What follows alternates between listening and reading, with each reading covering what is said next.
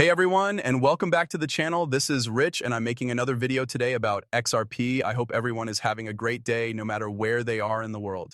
Today we're going to talk about XRP, and here's the one-day picture again. We're at 3.05 right now.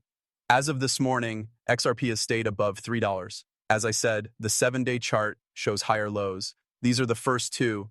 Another higher low, another higher low, and another higher low. So far, it looks like we'll keep going up unless some bad news comes out that sends Bitcoin and the market down with it. With that, prices should keep going up from here on out. As of right now, Bitcoin is back above 116K. I really want Bitcoin to make that last rise. That way we can see where the Bitcoin top is. It's still my guess that it will be less than 130,000. I see all of these estimates for 200,000. I don't think it will sell for more than 130K. Let's see what happens. That's why XRP looks like it's going through the roof today. Ripple is going to buy Rail for $200 million, which will make it even stronger in the stablecoin payments market. As the need for stablecoin-based flows grows, Ripple and Rail have an edge. Customers will be able to face this market shift head-on with Ripple and Rail. As a whole, they will have a stablecoin on-off ramps and a lot of different assets. Third-party and treasury payments give customers options because they let them handle different kinds of payments like internal treasury flows and payments made by third parties on behalf of their customers. It all works together on a single platform. Payments can be made with a wide range of digital assets such as RLUSD, XRP, and others, and high-value tickets can be bought at a fair price. You can see that XRP will be added. Collections and a virtual account, customers will be able to buy and sell digital assets without having to open separate crypto bank accounts or wallets on centralized markets. This will lower the barriers to entry and make operations easier. Their plan is to also make it easy to join. People will use something that is simple, easy to set up, and always on. Through a single API, infrastructure connects customers to a global payment network that works 24 hours a day, 7 days a week. This makes hiring easier. No one wants enterprise-level compliance and licenses that are hard to understand. Our 60-plus licenses ensure secure payment flows that meet the top standards for financial institutions. Banking Partner Network offer a new level of built-in redundancy and reliability through the network of multiple banks that work together. This gives clients reliable service around the world. Getting this is a huge deal. I just said in a video yesterday that I can't wait for Ripple to buy more companies. The next day this takes place. This one is also very big. Rail has 10% of the market for business-to-business stablecoin payments right now. RLUSD and XRP will be used to pay for things on Rail. Rail is one of those companies that's involved in a lot of different things. This makes XRP even more useful and puts RLUSD ahead of the rest. I like the way this is going a lot.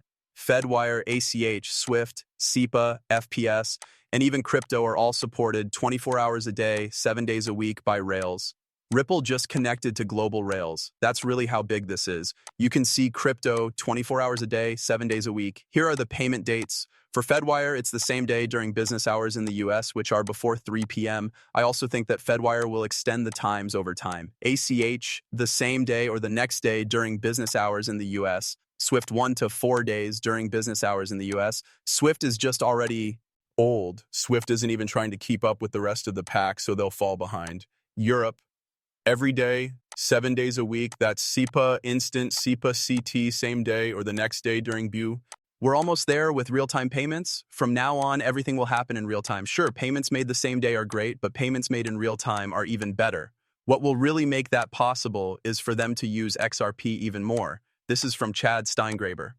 Well, look at who the main investors are in the new train company that Ripple, Galaxy, and Mr. Mike Novogratz bought.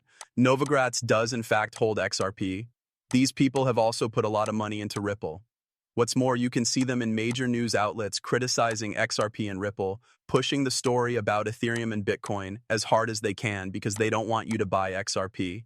That's the bottom line. If you are a regular investor, you should never keep an asset like XRP. For large donors, that's it. It was never meant to be used for shopping in the first place. They want you to put your money in Ethereum and Bitcoin. Brad Garlinghouse also had something to say about this. He says that Ripple doesn't have an August slump. We're getting Rail Financial, which makes us very happy. Everyone believes that Ripple will eventually slow down. Rift doesn't slow down. The worst things seemed to happen in 2022 when FTX and Luna both fell apart. Since then, other crashes have happened too. Cryptocurrency was being cracked down on the whole. Ripple kept moving forward, though. It was the same with Hedera. Crypto is growing all the time at the worst possible time. In the end, Ripple went global in a big way in 2022. Still, some people believe that those who own XRP will not make a lot of money in the next few months. Right now, XRP should be worth a lot more than it is. Monica Long added her voice as well. There's a good reason why stablecoin payments are used everywhere. We knew that Rail Financial's products would work well with what Ripple payments already has when we met their team. Stablecoin-based payments are getting easier for any financial organization as a whole. Thanks to our work together, we'll be able to do things like stablecoin pay-in payouts, which include USD, without asking customers to hold crypto or handle their own accounts. Not to mention a large and deep global network, the most liquid market, and more. Thank you, Rail. They want this to be really easy. They want that organization to accept it. Where are the organizations going to go? Anywhere they could get on board easily. The process doesn't need to be hard for them. This is what I think will happen. Listen to David Schwartz here. He talks about coins that don't change value. I believe there will be times when digital currencies like XRP and Bitcoin make sense, and the fact that they can go up and down in value will either be a benefit or a disadvantage. Other times it will make more sense to use a more safe token like RLUSD or another stable coin, where the volatility is a bad thing, or where the recipient doesn't want to deal with how hard it is to have an object that changes value often. I believe that everything from trade clients to tokenized real-world assets will be used in business. In the end, almost everything is a payment. A loan is like a payment, right? You borrow money from me, I give it to you, and you repay me. For example, if you want to buy Apple stock, you have to pay money for it. It always comes with a payment when you sell it. So I believe that steady coins could be used as a form of payment. That person doesn't want to deal with the changes and just wants a steady amount of pay. The apps that use it will be especially interesting when the person receiving the money is not someone who is interested in digital asset space.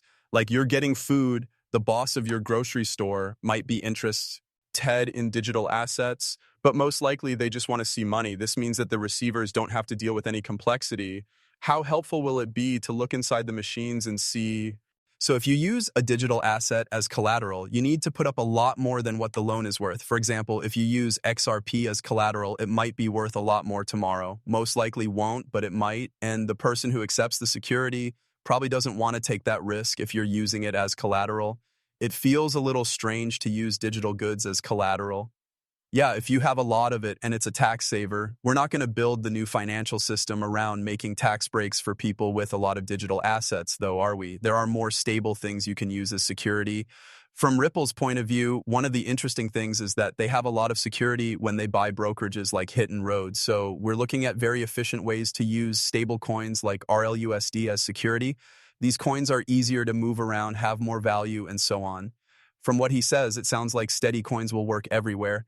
The main reason is that most people don't want to deal with digital goods just yet. They will once a lot of people start using crypto and everyone starts talking about it. Everyone will have to have it all of a sudden. Like anything, no one wants to touch it at first, but then a few big names in the game like JP Morgan, Goldman Sachs, or BlackRock start talking about it. Then everyone starts to notice and they're like, oh, I need that too. There's a lot of money to be made if they talk about it. That's how you get the business owner to want digital assets. In this way, everyone will want to use digital goods. The doors are already open, though, because stable coins are being used. It's easy for them to switch to using digital assets or crypto when they want to. To be clear, I no longer want to accept stable coins. Instead, I want to start taking XRP or something else. It will be easier to make the change. For now, RLUSD makes room for XRP. How long do you think it will be before most people adopt? Listen to this. I also think that users should have better experiences. If people are going to be able to use a blockchain, they shouldn't have to know what a private key is or what a blockchain is. They should be able to use a blockchain without having to know either of those things. It has to work, man.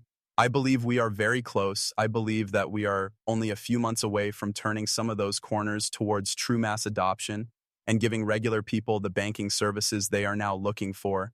Also, pay attention to what he said. It will be here in a few months. That shows how close we really are. And not a single person will know what blockchain is. They will pay the same way they do now with a debit or credit card. And there will be blockchain, steady coins, blockchain, and maybe even crypto in the background. I think it will start out as a safe coin, but